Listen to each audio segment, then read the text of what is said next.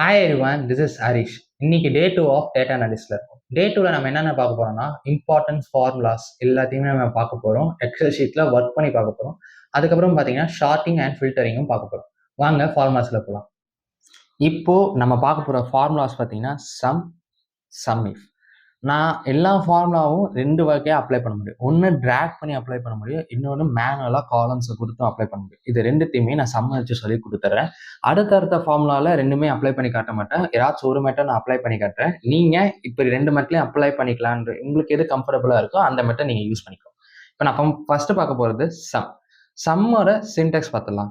Equal to சம்முன்னு type பண்ணணும், brackets. ஓகேங்களா, பிராக்கெட்ஸ்குள்ள எந்த காலம் ஈக்குவல் டு ஏன் கொடுக்குறோன்னா அப்புறம் அது ஃபார்முலாவாக கன்சிடர் பண்ணிக்கும், இல்லைன்னா அது வேர்டிங்ஸாக கன்சிடர் பண்ணிக்கும். ஓகேவா, ஸோ சம்மு பிராக்கெட்ஸ் அதுக்குள்ள எந்த ரேஞ்சிலேருந்து எந்த ரேஞ்ச் வரைக்கும் ப்ளஸ் பண்ணணும் அது கொடுக்க போகுது. ஓகேவா, இப்போ நான் இங்கே கிளிக் பண்ணிக்கிறேன், இந்த காலமில் கிளிக் பண்ணிட்டு நான் ஈக்குவல் டு கொடுக்குறேன். ஈக்குவல் டு கொடுத்து சம் போடுறேன். ஒரு ஓப்பன் ப்ராக்கெட்ஸ் வந்துச்சு, க்ளோஸ் ப்ராக்கெட் போட்டேன். ஓப்பன் அண்ட் க்ளோஸ் ப்ராக்கெட்ஸ்குள்ள எந்த ரேஞ்சிலேருந்து எந்த ரேஞ்ச் வரைக்கும் வரணுன்ற ட்ராக் பண்ணி பார்க்குறேன். ட்ராக் பண்ணும்போதும் எனக்கு டோட்டல் வேல்யூஸ், அதாவது சம் எனக்கு வந்துடும். இது ஒரு மெத்தட். என்னால் ட்ராக் பண்ண முடியாது. இது வந்து நான் ஈஸியாக ட்ராக் பண்ணிட்டேன். ஏன்னா 16 ரூபா இருக்குது. நான் 20,000, 30,000, 40,000 ரூபா இருக்கும்போது என்னால் ஈஸியாலாம் ட்ராக் பண்ண முடியாது. அது ரொம்ப கஷ்டமாக இருக்கும். அப்போ நான் என்ன பண்ணுவேன்னா, ட்ராக் பண்ண மாட்டேன். நான் இங்கே வச்சுக்கிட்டு இந்த இப்போ ட்ராக் பண்ணி எடுத்துகிற மட்டும் எடுத்துட்டேன். எந்த காலமில் இருக்குது? இது ஃபுல்லாகவே டி காலமில் இருக்குது. அப்போது இந்த டி எப்படி ப்ரெஸ் பண்ணனா ஆட்டோமேட்டிக்காக எல்லா ரூவும் இதாயிரும். ஸோ எல்லாத்தோட அமௌண்ட்டும் எனக்கு கால்குலேட் பண்ணி கொடுத்துரும். செகண்ட், இப்போ சம் இஃப் போகலாம். சம் இஃப் வர சின்டெக்ஸ் பார்த்தீங்கன்னா equal to some if range category, அதுக்கப்புறம் பார்த்தீங்கன்னா ரேஞ்ச். ஃபர்ஸ்ட் ரேஞ்ச் எதுக்கு யூஸ் ஆகுது, செகண்ட் ரேஞ்ச் ஏன் யூஸ் ஆகுது, நான் இப்போ உங்களுக்கு ப்ராக்டிக்கலாக எக்ஸ்பிளைன் பண்ணிடுறேன். ஸோ இப்போ பார்த்தீங்கன்னா எனக்கு என்ன ஒரு டாஸ்க் கொடுத்துருக்காங்கன்னா, சேல்ஸில் இருக்கிறவங்களோட டோட்டல் சேலரி மட்டும் எனக்கு சொல்லுங்கள், மார்க்கெட்டிங்கில் இருக்கிறவங்க டோட்டல் சேலரி. ஸோ ரெண்டுமே தனித்தனியாக இருக்காங்க. ஸோ அவங்களோட டோட்டல் சேலரி வேணும். இப்போ நான் அதை எப்படி எடுக்க போகிறேன்னா, ஈக்குவல் டு கொடுத்துட்டு சம் இஃப் கொடுக்குறேன். இப்போ நான் ஃபர்ஸ்ட் கொடுக்க போகிற ரேஞ்ச் பார்த்தீங்கன்னா அவங்களோட டிபார்ட்மெண்ட்ஸ் இருக்கிற ரேஞ்ச். ஏன் டிபார்ட்மெண்ட் இருக்கிற ரேஞ்ச் கொடுக்குறேன்னா, எனக்கு சேல்ஸ் பர்சனோட சேலரி மட்டும் தான் வேணும். ஸோ சேல்ஸ் பர்சனா, மார்க்கெட்டிங் பர்சனா, ஐடி பர்சனா நான் எங்கே இருக்கேன்னா எனக்கு காலம் சியில் தான் இருக்குது. ஸோ அதனால் அந்த காலமை செட் பண்ணிக்கிறேன். இப்போ எனக்கு யார் வேணும், எனக்கு சேல்ஸ் பர்சன் தான் வேணும். So sales. ஓகேவா, ஸோ சேல்ஸ் பர்சனோட சேலரி எங்கே இருக்குது, இங்கே தான் இருக்குது. ஸோ டி காலமில் இருக்குது, டி காலமாக ப்ரெஸ் பண்ணி. ஸோ நம்ம ஃபர்ஸ்ட் கொடுக்குற ரேஞ்ச் பார்த்தீங்கன்னா கேட்டகரி எங்கே இருக்குமோ அதோட ரேஞ்ச். செகண்ட் கொடுக்குற ரேஞ்ச் பார்த்தீங்கன்னா நம்மளுக்கு என்ன சம் பண்ணணுமோ அதுக்கு கொடுக்குற ரேஞ்ச். இதுதான் சம் இஃப். இப்போ எனக்கு சேல்ஸ் பர்சன் மட்டும் கொடுத்துருச்சு. நான் திருப்பி மார்க்கெட்டிங் பர்சனுக்கு எடுத்து காட்டுறேன். Equal to some if. So அவங்களோட டிபார்ட்மெண்ட் எங்கே இருக்குன்னா சி காலமில் இருக்குது. இப்போ நான் எடுக்க போகிற டிபார்ட்மெண்ட் பார்த்தீங்கன்னா மார்க்கெட்டிங்.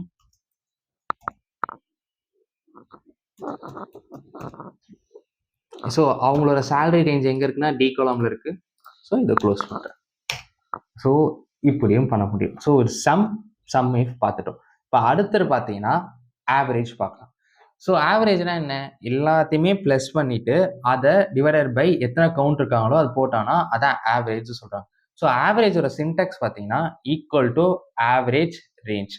சேம் லைக் சம்முக்கு என்ன இருக்கோ அதே மாதிரி ஆவரேஜும் வரும். இப்போது இந்த இடத்துல ஹெச் காலமில் நம்ம ஆவரேஜ் பண்ணலாம். இப்போ இங்கே பார்த்தீங்கன்னா டோட்டலாக பார்த்தீங்கன்னா 15 எம்ப்ளாயிஸ் இருக்காங்க. அப்போ ஆவரேஜ் என்ன பண்ண போகுதுன்னா ஈக்குவல் டு ஆவரேஜ்னு போகிறேன்.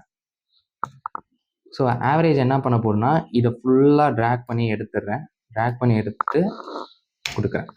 ஸோ இவங்களோட மொத்த சேலரியும் ப்ளஸ் பண்ணி டிவைடட் பை 15 போட்டிருந்தா இதான் ஆன்சர் வந்திருக்கும். அதான் ஆவரேஜும் பண்ணியிருக்கு. ஸோ நான் இதை வேற முறையாக பண்ணி காட்டுறேன் ப்ராக்டிக்கலாக பாருங்கள். இப்போ ஈக்குவல் டு கொடுக்குறேன். ஈக்குவல் டு கொடுத்துட்டு நம்ம என்ன பண்ண போகிறோம்னா மேனுவலாக எழுதலாம். ஓகேவா, மேனுவலாக நான் என்ன எழுதுனா சம்மோட ரேஞ்ச் பார்த்தீங்கன்னா டி காலம்.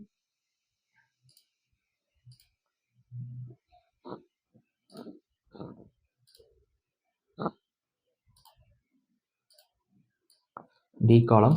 ஓகேவா, இப்போ நான் இது வந்து என்ன பண்ண போறேன்னா டிவைடட் பை 15 போடுறேன்.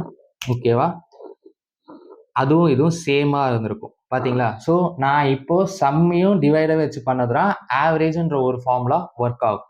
இதை நான் வந்து தனியாக சேல்ஸ் பர்சனுக்கு மார்க்கெட் பர்சனுக்கு ஆவரேஜ் எடுக்க முடியுமான்னு கேட்டால் எடுக்க முடியும். அதுக்கு பேர் தான் ஆவரேஜ் இஃப்னு சொல்லுவாங்க.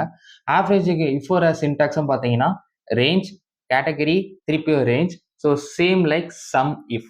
இப்போ நான் இதை இங்கே இம்ப்ளிமெண்ட் பண்ணி காட்டுறேன் பாருங்க. இப்போ ஈக்குவல் டு கொடுக்குறேன், ஆவரேஜ் இஃப்னு வருது. ஓகேவா, அதை கிளிக் பண்ணிவிட்டு ஃபஸ்ட்டு நான் என்ன பண்ணுறேன் போகிறேன்னா கேட்டகரி ரேஞ்சுக்கு செலக்ட் பண்ணிக்கிறேன். கேட்டகரி எப்போயுமே சேல்ஸ் பர்சனோட கேட்டகரி நான் எடுத்துக்க போகிறேன். ஸோ டிபார்ட்மெண்ட் சூஸ் பண்ணிவிட்டேன். செகண்ட் வந்து பார்த்தீங்கன்னா யார் இது வேணும், நான் சேல்ஸ் பர்சன் தான் எடுக்க போகிறேன். ஸோ சேல்ஸ் சொல்லி போட்டுடுறேன். அவங்களோட சேலரி இருக்க காலம், அவங்களோட சேலரி இருக்கும் காலம் பார்த்தீங்கன்னா டி காலம். ஸோ அதை என்டர் பண்ணி க்ளோஸ் பண்ணுறேன். இப்போ க்ளோஸ் பண்ணும்போது இப்போ அவங்களோட ஆவரேஜ் வந்துருச்சு. சார் இதை எப்படி சார் நான் நம்புறது, ஆவரேஜ் இஃப்பும் சம்மும் இது நம்ம வந்து மேனுவலாக பண்ணால் எப்படி ஆயிருக்குன்னா, நான் எப்படி பண்ணியிருக்கேன்னா மேனுவலாக சம் க்ளோஸ் பண்ணுறேன். க்ளோஸ் பண்ணிவிட்டு இப்போ பார்த்தீங்கன்னா ஃபஸ்ட்டு இது சேல்ஸு. ஓகேங்களா, அப்போனா இது, ஸோ அவங்களோட சேலரி. அடுத்தது யார், இது, அப்போ இவங்களோட சேலரி. இந்த மாதிரி ஒரு சேல்ஸ் பர்சனையும் கிளிக் பண்ணுவோம். இங்கே சேல்ஸ் பர்சன் இருக்காங்க, இது வரும். அதுக்கப்புறம் இங்கே சேல்ஸ் பர்சன் இருக்காங்க, இது வரும். அதுக்கப்புறம் சேல்ஸ் பர்சன் பார்த்தீங்கன்னா இங்கே இருக்காங்க, இது வரும். ஸோ மொத்தம் எத்தனை சேல்ஸ் பர்சன் இருக்காங்கன்னா 5 சேல்ஸ் பர்சன் இருக்காங்க. இப்போ நான் டிவைடட் பை 5 போட்டேன்னா எனக்கு இங்கேயும் அங்கேயும் ஒரே ஆன்சர் வரும். ஸோ இதுதான் ஆவரேஜ் இஃப்ன்றது ஒரே ஃபார்முலாவில் பண்ணுறோம். இப்போ நம்ம சம்மை வச்சு பண்ணோம்னா இந்த மாதிரி தனித்தனியாக பண்ணணும். சம்மும் இல்லாமல் பண்ணோம்னா நம்மளா அந்த ப்ளஸ்ன்னு போட்டு எடுத்துகிட்டு போனோம், அது ரொம்ப பெருசாக இருக்கும். பட் இந்த மாதிரி ஆவரேஜ் இஃப், ஆவரேஜ், சம் இஃப்லாம் யூஸ் பண்ணும்போது ஈஸியாக இருக்கும். ஸோ இப்போ நம்ம என்ன பார்க்க போகிறோம்னா அடுத்தது count A, count blank, count if. So கவுண்ட்டும் கவுண்ட் ஏவும் ஒரு மோர் ஓவர் ஈக்குவல் தான். ஓகேவா, ஸோ இப்போ பார்த்தீங்கன்னா கவுண்ட்டை பொறுத்த வரைக்கும் என்ன ஒரு பண்ணோம்னா எல்லா அந்த காலம்லலாம் பிளாங்க் காலம் விட்டுரும், வேர்டிங்ஸ் இருந்தால் விட்டுரும். ஓகேவா, ஒன்லி நம்பர்ஸாக இருந்தால் மட்டும்தான் கவுண்ட் பண்ணி சொல்லும். எதுனா கவுண்ட் ஃபார்முலா. இப்போ பார்த்தீங்கன்னா கவுண்ட்டுன்னு நான் கொடுக்குறேன். கவுண்ட்டுன்னு கொடுக்கும்போது கவுண்ட் வந்துருச்சு, அதோட ரேஞ்ச் கொடுக்குறேன். ஓகேவா, ஸோ ரேஞ்ச் பார்த்தீங்கன்னா இதுதான் ரேஞ்ச். ஸோ ஓகேவா, இது கொடுத்தேன்னா எனக்கு 13 சொல்லுது. பட் மொத்தம் இங்கே பார்த்தீங்கன்னா 16 ரோஸ் இருக்குது. ஸோ ஹெட்டிங் ரோ தான் 15 ரோ இருக்கும். இதில் எத்தனை பிளாங்க் இருக்குன்னா 2 பிளாங்க் இருக்குது. இந்த பிளாங்கை கவுண்ட் பண்ணலை. ஸோ பிளாங்கை கவுண்ட் பண்ணாது. கவுண்ட்டை பொறுத்த வரைக்கும் பிளாங்க் ஸ்பேசஸை கவுண்டே பண்ணாது. ஓகேவா, ஸோ நம்ம கவுண்டோட சின்டெக்ஸை பார்க்க மறந்துட்டோம். கவுண்டோட சின்டெக்ஸ் பார்த்தீங்கன்னா ஈக்குவல் டு கவுண்ட் ரேஞ்ச். ஓகேவா, சேம் லைக் ஆவரேஜும் சம்மும் ஒரு தான் இதுக்கும் சின்டெக்ஸ் இருக்கும். ஸோ கவுண்ட்டை பொறுத்த வரைக்கும் நம்பர்ஸை மட்டும் தான் கவுண்ட் பண்ணும். டெஸ்ட்டு ஆர் அதே நான் டெஸ்ட் காலம் கொடுத்தா கவுண்ட் பண்ணி சொல்லாது. ஆனால் கவுண்ட் ஏ பொறுத்த வரைக்கும் இப்போ நான் கவுண்ட் ஏ கொடுக்குறேன். இப்போ கவுண்ட் ஏற சின்டெக்ஸும் சேம் தான். கவுண்ட் ஏ பிராக்கெட்டு ரேஞ்ச். இப்போ நம்ம ரேஞ்சை செலக்ட் பண்ணலாம்.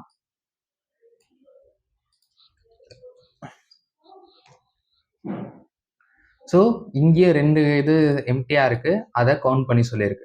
இதே நான் கவுண்ட் கொடுத்துருந்தா என்ன ஆயிருக்குன்னு பார்க்கலாம். கவுண்ட் ஏ கொடுத்ததுல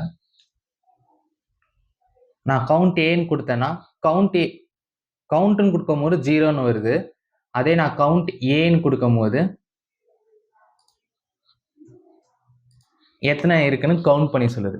ஸோ இதுதான் டிஃப்ரென்ஸ். கவுண்ட் பார்த்தீங்கன்னா வெறும் நம்பர்ஸை மட்டும் தான் கவுண்ட் பண்ணி சொல்ல முடியும். நம்பர்ஸை கவுண்ட் பண்ணி சொல்லணும்னா எந்தெந்த காலமில் இப்போ வந்து இது மொத்தம் 15 காலம் இருக்குது. இந்த 15 காலம்ல எத்தனை காலமில் நம்பர்ஸ் இருக்குது, அது என்ன சொல்லுதுன்னா 13 காலமில் நம்பர்ஸ் இருக்குன்னு சொல்லுது. அதே டெஸ்ட்டோ ஆர் ஃபோன் நம்பர்ஸோ மெயில் ஐடியோ எதுவுமே கவுண்ட் பண்ண முடியாது. பட் கவுண்ட் ஏஆல நம்பர்ஸையும் கவுண்ட் பண்ண முடியும், டெஸ்ட்டையும் கவுண்ட் பண்ண முடியும். இதுதான் கவுண்ட்டுக்கும் கவுண்ட் ஏக்கும் இருக்கிற டிஃப்ரென்ஸ். அடுத்தது பார்த்தீங்கன்னா ரொம்ப சிம்பிள், கவுண்ட் பிளாங்க். இதோட சின்டெக்ஸ் பார்த்தீங்கன்னா ஈக்குவல் டு கவுண்ட் பிளாங்க் எந்த ரேஞ்சுன்னு அந்த ரேஞ்சு தான் நம்ம கொடுக்க போகிறோம். இப்போ நான் இங்கே ஈக்குவல் டு கொடுத்துறேன், கவுண்ட் பிளாங்க்னு போடுறேன், வந்துருச்சு. இப்போது இதான் இந்த ரோஸை கால்குலேட் பண்ண போகிறேன். கொடுத்தேன்னா அப்போது எனக்கு என்ன சொல்லுதுன்னா 2 ரோ வந்து பிளாங்காக இருக்குன்றத பிளாங்க் ரோஸை மட்டும் கவுண்ட் பண்ணி சொல்லிச்சு. இதுதான் கவுண்ட் ஏ. ஸோ இதை நீங்கள் எப்படி பண்ணலான்னா நான் டேட்டா கிளீனிங்லேயே சொல்லியிருப்பேன். இந்த ஃபார்மேட்டில் போய் கண்டிஷன் இதில் வச்சு காலம்ஸ்லாம் கலரை மாற்றலாம். எந்தெந்த காலம்லாம் வந்து எந்தெந்த காலம்லாம் பார்த்தீங்கன்னா எம்டியாக இருக்கோ அதெல்லாம் கலர்ஸ் மாற்றலாம். ஸோ நீங்கள் வீடியோ 1 பார்க்கலன்னா மேலே நான் டேக்ல கொடுத்துருக்கேன். அதை கிளிக் பண்ணி நீங்கள் போய் அந்த வீடியோவை பார்த்துக்கோங்க. ஓகேவா? இப்போ நெக்ஸ்ட் நம்ம பார்க்க போகிறது கவுண்ட் இஃப். கவுண்ட் இஃபை பொறுத்த வரைக்கும் நம்ம சம் இஃப் ஆவரேஜ் இஃப் பார்த்தோம்ல, சேம் லைக் தான் கவுண்ட் இஃப். இப்போ கவுண்ட் இஃப் பார்த்தீங்கன்னா, இப்போ எனக்கு நான் என்ன ஒரு கண்டிஷன் வைக்க போறேன்னா, இதோட சின்டெக்ஸ் பார்த்துடலாம். Range, category, range same like some if average. ஓகேவா? இப்போ நான் கவுண்ட் இஃப்னு கொடுக்குறேன். நான் என்ன கவுண்ட் பண்ண சொல்ல போறேன்னா, ஆக்டிவா இருக்கிறவங்க பீப்புளை மட்டும் எனக்கு கவுண்ட் பண்ணணும். ஸோ அந்த இது ஓகேவா? ஸோ கேட்டகரி என்னன்னா ஆக்டிவ்.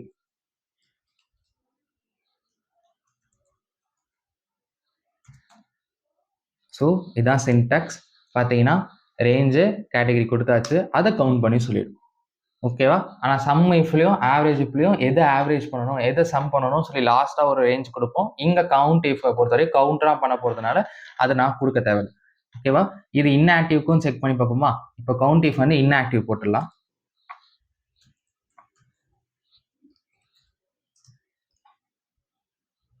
இதான் காலம். இப்போ இன்ஆக்டிவ்.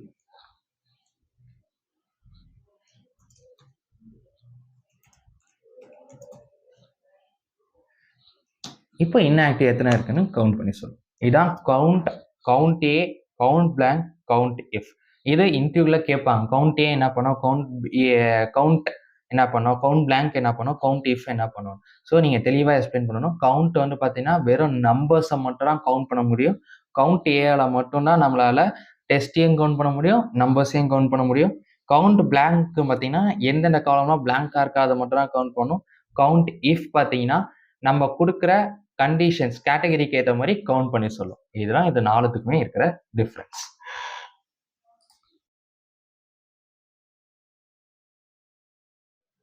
இது ஒரு இஃப் கண்டிஷனா வச்சுக்கலாம். இது ஒரு இஃப். ஓகேங்களா? இதுதான் நான் ஃபர்ஸ்ட் கொடுக்க போற இன்புட் வேல்யூ. ஸோ இதுதான் ஒரிஜினல் கீ. நான் இதை போட்டோன்னே எனக்கு என்ன ஆகுதுன்னா இந்த லாக் ஓப்பன் ஆகுது. லைக் வைஸ் இஃப் கண்டிஷன் எப்பப்பெல்லாம் ட்ரூ ஆகுதோ, ஒரு கண்டிஷன் ட்ரூ ஆச்சுன்னா ஃபர்ஸ்ட் இருக்கிற ஸ்டேட்மெண்ட் பிரிண்ட் ஆகும். அதே அந்த கண்டிஷன் ஃபால்ஸ் ஆயிடுச்சுன்னா செகண்ட் இருக்கிற ஸ்டேட்மெண்ட் பிரிண்ட் ஆகும். நான் தப்பான சாவி போட்டிருந்தா இந்த லாக் ஓப்பன் ஆயிருக்காருல, லைக் வைஸ்னா இஃப் கண்டிஷன் தப்பாயிருச்சுன்னா ஃபால்ஸ் ஸ்டேட்மெண்ட் தான் போகும். கரெக்டான சாவி போடும் போது தான் இஃப் கண்டிஷன் ட்ரூ கொடுக்கும். ஸோ இப்போ இஃப்னா என்னன்னு பார்த்தாச்சு. ஸோ இஃப் எப்படி ஒர்க் ஆகணும்னு சொல்லி அந்த லாக்கை வச்சு நீங்கள் பார்த்துருப்பீங்க. ஸோ இதை வந்து நம்ம ப்ராக்டிக்கலாக இப்போ இம்ப்ளிமெண்ட் பண்ணலாம். இப்போ ப்ராக்டிக்கலாக இம்ப்ளிமெண்ட் பண்ணும்போது எனக்கு ஒரு கண்டிஷன் இருக்குது. அந்த கண்டிஷன் என்னென்னா போனஸ் போட போகிறேன். ஸோ எனக்கு வந்து எலிஜிபிலிட்டி செக் பண்ணணும். நான் எப்படி எலிஜிபிலிட்டி செக் பண்ண போகிறேன்னா, யார் யாருக்குறா இப்படி இருக்கலாம், யார் யாருக்குறா ரேட்டிங் வந்து அபோவ் 5, அதாவது 5 இருந்தால் மட்டும்தான் போனஸ் போட போகிறோம். 5க்கு கீழே இருக்கிறவங்களுக்கு போனஸ் போட போகிறது. இப்போ நான் யார் யார் தான் எலிஜிபிள், நாட் எலிஜிபிள்னு சொல்லி செக் பண்ணணும். ஸோ இது வந்து இங்கே சின்ன ரோஸ்லாம் இருக்குது, நீங்கள் நம்ம மேனுவலாக செக் பண்ணலாம்னு சொல்லலாம். ஆனால் பெரிய ரோஸ் இருக்கும் போது மேனுவலாக நம்மளால செக் பண்ண முடியாது. ஸோ அந்த மாதிரி டைமில் தான் நான் இஃப் கண்டிஷன்ஸ் யூஸ் பண்ணுவோம். இப்போ இங்கே பார்த்தீங்கன்னா நான் ஈக்குவல் டு போடுறேன், இஃப் போடுறேன். இப்போ ஃபஸ்ட்டு நான் வந்து கண்டிஷன் எழுதணும். ஓகேங்களா? ஸோ சின்டெக்ஸ் பார்க்க மறந்துட்டோம், நம்ம சின்டெக்ஸ் பார்த்துடலாம். ஈக்குவல் டு இஃப் கண்டிஷன் ட்ரூவாக இருந்தால் என்ன வேல்யூ வரணும், அதுக்கப்புறம் கண்டிஷன் ஃபால்ஸாக இருந்தால் என்ன வேல்யூ வரணும். இதுதான் 3 சின்டெக்ஸ். ஓகேங்களா? இப்போ நம்ம வந்து கண்டிஷன்ஸ் எழுதுவோம். கண்டிஷன் என்ன, 5க்கு மேலே இருக்கணும். ஓகேவா? 5க்கு மேலே இருக்கணும். 5க்கு மேலே ஆர் 5க்கு ஈக்குவலாக இருக்கணும். அப்போ வந்து அப்புறம் எனக்கு என்னன்னு சொல்லணும்னா எலிஜிபிலிட்டி வரணும். ஸோ நான் என்ன சொல்றேன்னா 5க்கு மேலே இருந்துச்சுன்னா 5 ஆர் 5க்கு மேலே இருந்துச்சுன்னா எலிஜிபிள்னு போடுறேன்.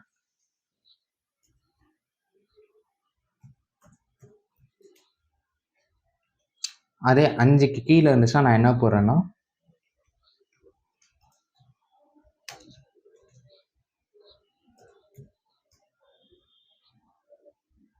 நாட் எலிஜிபிள் போடுறேன். ஓகேவா? இப்போ நான் இதை க்ளோஸ் பண்ணுறேன். ஸோ இந்த மாதிரி ஆட்டோ சஜஷன் வந்தால் கிளிக் பண்ணிக்கோங்க. சப்போஸ் உங்களுக்கு அந்த மாதிரி ஆட்டோ சஜஷன் வரலன்னா இந்த ப்ளூ டாட் இருக்குல்ல, இதை டபுள் கிளிக் பண்ணிங்கன்னா ஃபுல்லாக ஃபில் ஆகிடும். லாஸ்ட் டேட்டாஸ் போகும்போது இது ரொம்ப யூஸ்ஃபுல்லாக இருக்கும். ஓகேவா? இப்போ பார்த்தீங்களா, யார் யாருக்குறா எலிஜிபிள், யார் யாருக்குறா நாட் எலிஜிபிள்னு சொல்லி ஆட்டோமேட்டிக்காக வந்துருச்சு. ஸோ 5க்கு ஈக்குவலாக இருக்கிறவங்களுக்கும் எலிஜிபிள், 5க்கு கீழே இருக்கிறவங்களுக்கு அந்த மாதிரி இருக்கணும் நாட் எலிஜிபிள்னு வந்திருக்கு. ஓகேவா? இது இஃப் ஸ்டேட்மெண்ட் இஃப் தான் ஒர்க் ஆகும். இதில் இன்னொரு கான்செப்ட் பார்த்தீங்கன்னா நெஸ்டட் இஃப்னு சொல்லுவோம். அதாவது இஃப்க்குள்ளேயே இன்னொரு இஃப், அண்ட் ஆர் நாட் இந்த மாதிரி யூஸ் பண்ணுறது தான் நெஸ்டட் இஃப்னு சொல்லுவோம். இதை நெக்ஸ்ட் பார்க்கலாம். இப்போ நெஸ்டட் இஃப் பார்க்க போகிறோம். நெஸ்டட் இஃப் பொறுத்த வரைக்கும் இஃப்க்குள்ள இன்னொரு இஃப் வரும். இது இல்லாமல் லாஸ்ட்ல அண்ட் ஆர்னு ஒரு கான்செப்ட் இருக்குது. இதையும் நம்ம பார்த்துடலாம். ஓகேவா? இப்போ நெஸ்டட் இஃப்ல நான் என்ன பண்ண போகிறேன்னா, யார் யாரெல்லாம் 1 lakh அபோவ் வாங்குறாங்களோ அவங்கலாம் ஹை சேலரின்னு வரணுமா. ஸோ 1 lakhலேருந்து அதாவது 99,000லேருந்து 70,000க்குள்ளே வாங்குறவங்களுக்கு மீடியம் சேலரின்னு வரணும். அதுக்கும் கீழே வாங்குறவங்களுக்கு லோ சேலரின்னு வரணும். இப்போ இந்த டேட்டாவில் பார்த்த வரைக்கும் டோட்டலாக போனஸும் பேசிக் சேலரியும் ப்ளஸ் பண்ணி எவ்வளோ இருக்குன்னு நான் எடுத்து வச்சுருக்கேன். இதில் நம்ம நெஸ்டட் இஃப் யூஸ் பண்ணி யார் ஹை சேலரி வாங்குறா, யார் மீடியம் சேலரி வாங்குறா, யார் லோ சேலரி வாங்குறான்னு நம்ம பார்க்க போகிறோம். இப்போ பார்த்தீங்கன்னா ஈக்குவல் டு கொடுக்குறேன். ஈக்குவல் டு கொடுத்து ஃபஸ்ட்டு இஃப் எதுக்கு எழுதுறேன்னா ஹை சேலரிக்கு எழுதுறேன். ஹை சேலரியை பொறுத்த வரைக்கும் நம்மளுக்கு என்னன்னா 1 lakh மேலே இருக்கணும். ஸோ நான் 1 lakh போட்டுக்கிறேன். ஓகேவா? 1 lakh மேலே இருந்தாங்கன்னா ஹை சேலரினா எனக்கு என்ன வரணும்னா ஹெச்எஸ்ன்னு வரணும். ஓகேவா? ஹெச்எஸ்ன்னு வரணும். அப்படி அது ஹை சேலரியாக இல்லைன்னா திருப்பி ஒரு இஃப் கண்டிஷன் எழுதுறேன். எதுக்குன்னா மீடியமாக லோவான்னு சொல்லி கண்டுபிடிக்க. இந்த இஃப் கண்டிஷன் என்ன இருக்க போகிறோம்னா திருப்பி அதே காலம் தான் கிளிக் பண்ணி இப்போ என்னன்னு செக் பண்ண போகிறேன்னா 70க்கு, அதாவது 70க்கு அபோவாக இருந்தா, ஓகேவா? 70க்கு அபோவாக இருந்தால் நான் என்னென்னு கண்டிஷன் வைக்கிறேன்னா மீடியம்னு சொல்கிறேன். மீடியமுக்கு எம்எஸ்ன்னு போடுறேன். அதுக்கும் 70க்கும் கம்மியாக இருக்கிறவங்களுக்குலாம் எல்எஸ்ன்னு போடுறேன். ஸோ இப்போது ரெண்டுத்தையுமே க்ளோஸ் பண்ணிவிட்டு என்டர் கொடுக்குறேன். ஸோ நான் இங்கே ஆட்டோ ஃபில் வருது, இது கொடுத்துட்றேன். இப்போ யார் யாருக்கெல்லாம் ஹை சேலரி, யார் யாருக்கெல்லாம் மீடியம் சேலரி, யார் யாருக்கெல்லாம் லோ சேலரின்னு சொல்லி வந்துருச்சு. ஸோ ஒரு இஃபுக்குள்ளே இன்னொரு இஃபை யூஸ் பண்ணியிருக்கேன். நான் எப்போ யூஸ் பண்ணியிருக்கேன்னா அந்த ஃபால்ஸ் ஸ்டேட்மெண்ட்ஸ் வர இடத்துல இன்னொரு இஃப் யூஸ் பண்ணியிருக்கேன். ட்ரூ ஸ்டேட்மெண்ட் வர இடத்துலையும் யூஸ் பண்ணிக்கலாம். ஸோ இதெல்லாம் நெஸ்டட் இஃப்னு நம்ம சொல்கிறோம். இது இல்லாமல் அண்ட் இருக்குது, ஆர் இருக்குது. ஸோ அண்ட்னா என்னென்னா, இப்போ உங்களுக்கு டேபிள் ஒன்று தெரியும். இந்த டேபிளில் பார்த்தீங்கன்னா ஃபஸ்ட்டு 2 கண்டிஷன் செக் பண்ணும். 2 கண்டிஷனுமே ட்ரூவாக இருந்தாலும் ட்ரூ ஆகும், ட்ரூன்ற அவுட்புட் கொடுக்கும். ஏதாச்சும் ஒரு கண்டிஷன் ஃபால்ஸ் ஆனாலும் ஃபால்ஸ்ன்ற அவுட்புட் தான் கொடுக்கும். இதுதான் அண்ட். இப்போ அண்டுக்கான ஒரு எக்ஸாம்பிள் பார்த்தீங்கன்னா, ஸோ இது அப்படியே இருக்கட்டும், நம்ம வந்து இதுக்குள்ளே போகலாம், எண்ணுக்குள்ளே போகலாம். இப்போ எண்ணில் நான் என்ன பண்ண போகிறேன்னா திருப்பியும் அதே தான். ஸோ யாருக்கு வந்து சேலரி வச்சு தான் பார்க்க போகிறோம். நான் இஃப் ஒரு கண்டிஷன் போடுறேன். கண்டிஷனை எழுதுறதுக்கு முன்னாடி நான் என்ன சொல்ல போகிறேன்னா அண்ட் ஆப்ரேட் யூஸ் பண்ண போகிறேன்னு சொல்லிட்டேன். இப்போ 2 கண்டிஷன் கொடுக்கணும். ஃபர்ஸ்ட் கண்டிஷன் என்னன்னா பேச்சுலர்ஸ் டிகிரி முடிச்சிருக்கணும், மாஸ்டர் முடிச்சிருக்கணும். இப்போ வந்து பார்த்தீங்கன்னா மாஸ்டர், இதான் ஃபர்ஸ்ட் கண்டிஷன், மாஸ்டர் முடிச்சிருக்கணும். அதுக்கப்புறம் பார்த்தீங்கன்னா செகண்ட் கண்டிஷன் பார்த்தீங்கன்னா அவங்க இயர் ஆஃப் எக்ஸ்பீரியன்ஸ் பார்த்தீங்கன்னா மோர் தென் 5 இருக்கும்.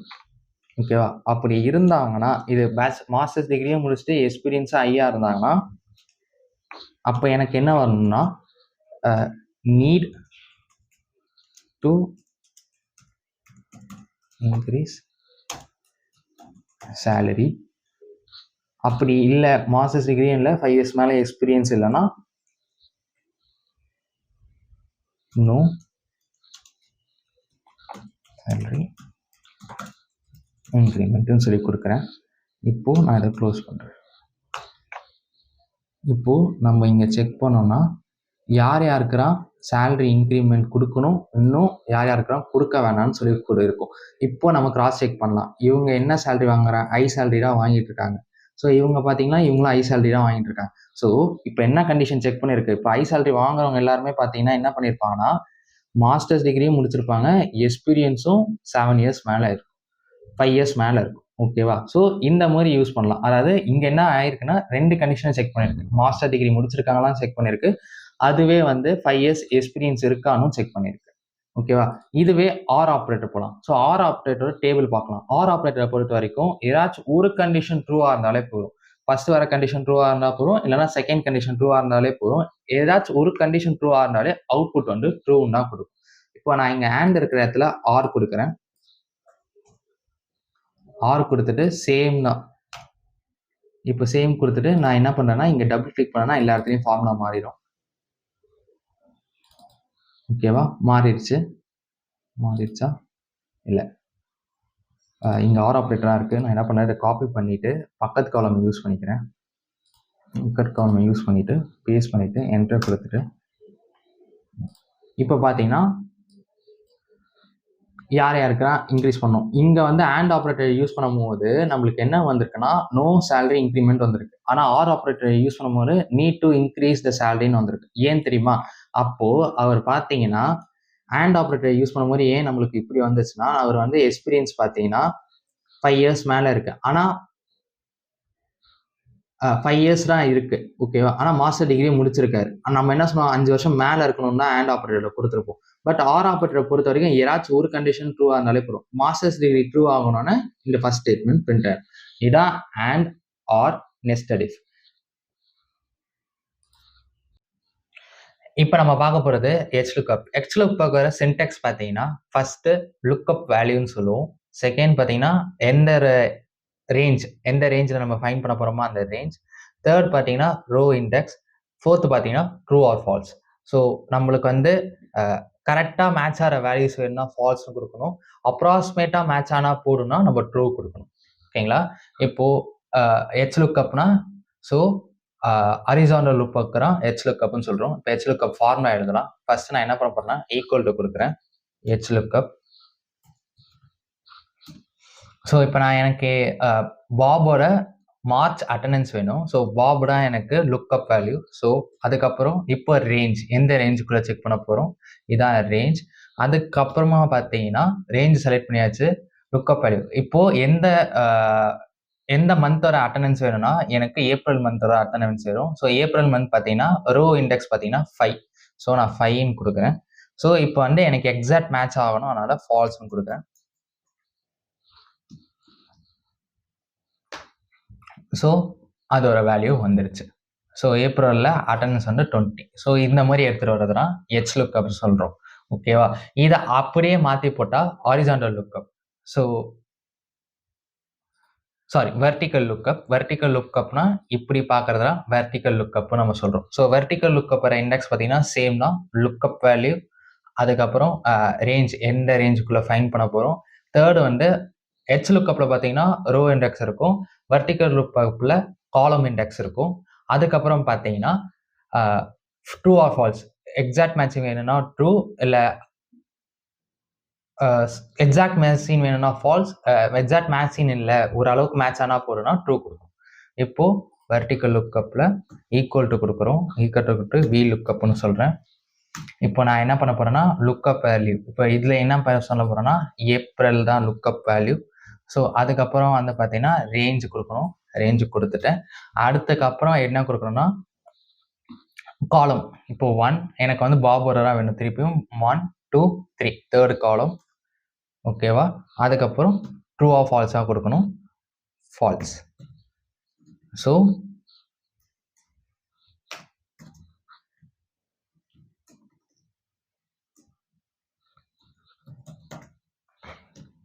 ஃபால்ஸ். ஸோ இப்போது திருப்பியும் 20ன்னு எடுத்து கொடுத்துருச்சு. ஸோ இதுதான் HLOOKUP அண்ட் VLOOKUP.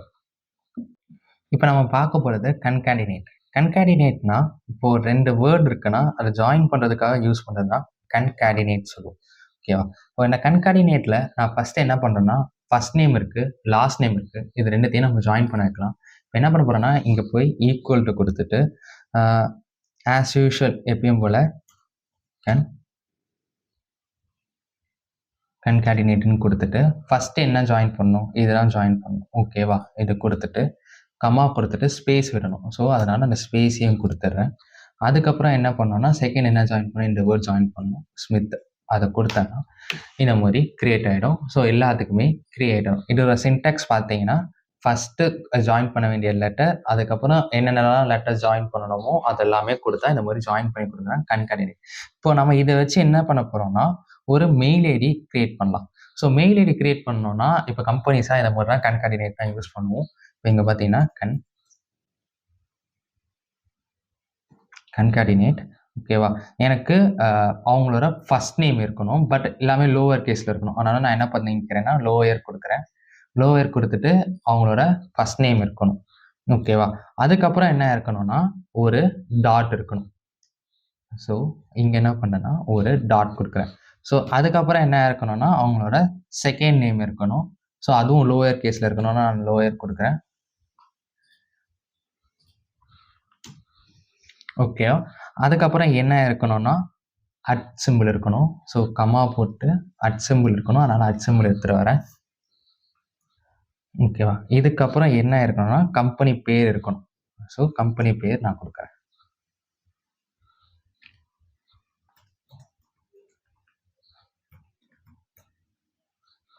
Startech.com கொடுத்துட்டு இப்போ க்ளோஸ் பண்ணனா எல்லாருக்குமே மெயில் ஐடி கிரியேட் ஆகிடும். ஸோ இதுக்கு இப்படி தான் கன்கார்டினேட்டை நம்மளால் யூஸ் பண்ண முடியும். ஓகேவா, இப்போ அடுத்தது நம்ம பார்க்க போகிறது பார்த்தீங்கன்னா டேட் அண்ட் ஃபங்க்ஷன். ஓகேங்களா, டேட் ஃபங்க்ஷன்ஸில் பார்த்தீங்கன்னா டேட் இஃப்னு ஒன்று இருக்குது. இது ரொம்ப முக்கியம். டேட் இஃப் எப்படின்னா நம்ம எத்தனை நாள் வேலை பார்த்துருக்கோம், எத்தனை மாதம் வேலை பார்த்துருக்கோம், எத்தனை நாள் வேலை பார்த்துருக்கோன்ற மாதிரி எத்தனை வருஷம் வேலை பார்த்துருக்கோம்னு சொல்லி எல்லா டேட்டாஸும் எடுத்து கொடுக்கும். இப்போ பார்த்தீங்கன்னா டேட் இஃப்னா ஈக்குவல் டு டேட் இஃப். இப்போது ஸ்டார்டிங் டேட் கொடுக்கணும். ஓகேவா, அதுக்கப்புறம் எண்டிங் டேட் கொடுக்கணும். So starting date ending date கொடுத்தோன்னே நம்மளுக்கு இயர் வேணும்னா ஒய், மந்த் வேணும்னா எம், டேட் வேணும்னா டி. இப்போ எனக்கு இயர் தான் வேணும், அதனால் ஒய் கொடுக்குறேன். ஸோ அந்த கேண்டிடேட் எத்தனை வருஷம் வேலை செஞ்சுருக்காங்கன்றது தெரிஞ்சிடும். இப்போ அதே மாதிரி எல்லாருக்கும் கொடுத்தோன்னா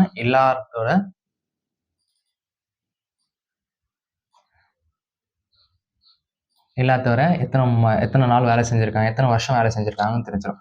ஸோ இதுதான் டேட் டிப். டேட் டிஃபோட சின்டெக்ஸ் பார்த்தீங்கன்னா starting date, ending date, year வேணும்னா ஒய், மந்த் வேணும்னா எம், டேட்ஸ் வேணும்னா டி. இதே நான் ஒய் இருக்கிற இடத்துல எம் போட்டோன்னா எத்தனை மந்த் வேலை செஞ்சுருக்காங்கன்னு சொல்லிடும். அதே டி போட்டோன்னா எத்தனை டேஸ் வேலை செஞ்சுருக்காங்கன்னு சொல்லிடும்.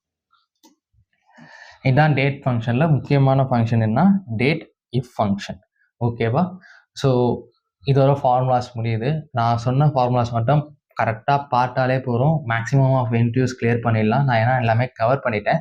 இப்போ அடுத்தது பார்த்தீங்கன்னா ஷார்ட் அண்ட் ஃபில்டரிங்கில் போகலாம். இப்போ நம்ம பார்க்க போகிறது ஷார்ட்டிங் அண்ட் ஃபில்டரிங். இதில் ஃபஸ்ட்டு நம்ம ஷார்ட்டிங்னா என்னென்னு பார்த்துருவோம். இப்போ இங்கே இந்த மாதிரி எந்த காலம் என்ன எடுத்துக்கோங்க, அந்த காலமில் இதை கிளிக் பண்ணிட்டு இப்போ இதை sort by is A to Z, sort by Z to A, இந்த மாதிரி கொடுத்து ஷார்ட் பண்ணுறது தான், அதாவது மாற்றுறது. ஓகேவா, ஸோ இதுக்கு பேர் தான் ஷார்ட்டிங் சொல்கிறாங்க. ஓகேவா, ஸோ ஷார்ட்டிங் பேசிக்காக தெரிஞ்சாலே போதும். ஏ டு இசட், இந்த இசட் டு ஏ மட்டும்தான் இருக்கும். ஸோ நெக்ஸ்ட் நம்ம பார்க்க போகிறது ஃபில்டரிங். ஃபில்டரிங்கில் இப்போ நம்ம என்ன பண்ண போகிறோம்னா இந்த டேட்டாவை ஃபில்டர் பண்ண போகிறோம். எப்படின்னா இந்த டேட்டாக்குள்ளே போங்க, கிரியேட் ஃபில்டர்னு கொடுங்க. ஓகேவா, கொடுத்தோன்னே எல்லா இடத்துலையுமே ஃபில்டர் இதாகிடும். இப்போ இந்த ஃபில்டர் வச்சு நான் என்ன பண்ணுறதுன்னு நீங்கள் கேட்டிங்கன்னா, இப்போ இங்கே போயிட்டு நான் எலக்ட்ரானிக்ஸ் மட்டும் தான் எனக்கு வேணும். இப்போ நான் என்ன பண்ணுறேன்னா ஆஃபீஸு இதெல்லாமே கிளியர் பண்ணிட்டு எலக்ட்ரானிக்ஸ் மட்டும் வச்சு இங்கே ஓகே இருக்கும், அந்த ஓகே நான் கிளிக் பண்ணுறேன். கிளிக் பண்ணனா எனக்கு எலக்ட்ரானிக்ஸ் மட்டும் வருது. எனக்கு இதில் ஷிஃப்ட்லாம் வேணாம், ப்ராசஸிங்கில் என்னென்னலாம் இருக்குன்னு வேணும். இப்போ நான் இங்கே போய் ப்ராசஸிங் மட்டும் எடுத்தேன்னா ப்ராசஸிங்கை கிளிக் பண்ணிட்டு இங்கே ஓகே இருக்கும், அந்த ஓகே கிளிக் பண்ணிங்கன்னா ப்ராசஸிங் வந்துடும். இந்த மாதிரி ஃபில்டரிங் பண்ணிக்கலாம். இல்லை எனக்கு அமௌண்ட்ஸில் ஃபில்டர் பண்ணோன்னா இப்போ இந்த அமௌண்ட்டில் போயிட்டு நான் என்ன கொடுக்க போகிறேன்னா ஃபில்டர் பை கண்டிஷன்ஸ் இருக்குது. இந்த கண்டிஷனை போய் இப்போ நான் என்ன கண்டிஷன் கொடுக்க போகிறேன்னா கிரேட்டர் தென் கண்டிஷன் கொடுக்குறேன். எனக்கு 400க்கு மேலே இருக்கிற ப்ராடக்ட்ஸ்லாம் வேணும்னா கொடுத்துட்டு நான் கீழே ஓகே இருக்கும், அந்த ஓகே கிளிக் பண்ணேன்னா எனக்கு 400க்கு மேலே இருக்கிற ப்ராடக்ட்ஸ் மட்டும் தான் காட்டும். இப்போ நான் இதை அன்ஃபில்டர் பண்ணி கிளியர் ஆல் கொடுக்குறேன், செலக்ட் ஆல் கொடுத்துட்டு ஓகே கொடுக்குறேன். இங்கேயும் ப்ராசஸிங்லேருந்து செலக்ட் ஆல் கொடுத்துட்டு ஓகே கொடுக்குறேன். அப்போது நான் இங்கே கொடுத்துருக்க ஃபில்டர் 450க்கு மேலே இருக்கிற ப்ராடக்ட்ஸ் மட்டும் தான் காட்டிருப்பேன். ஸோ இந்த மாதிரி ஃபில்டரிங் பண்ணிக்க முடியும், ஃபில்டரிங் பண்ணி பார்த்துக்க முடியும். இதுக்கு தான் ஷார்ட்டிங் அண்ட் ஃபில்டரிங் யூஸ் பண்ணுறாங்க.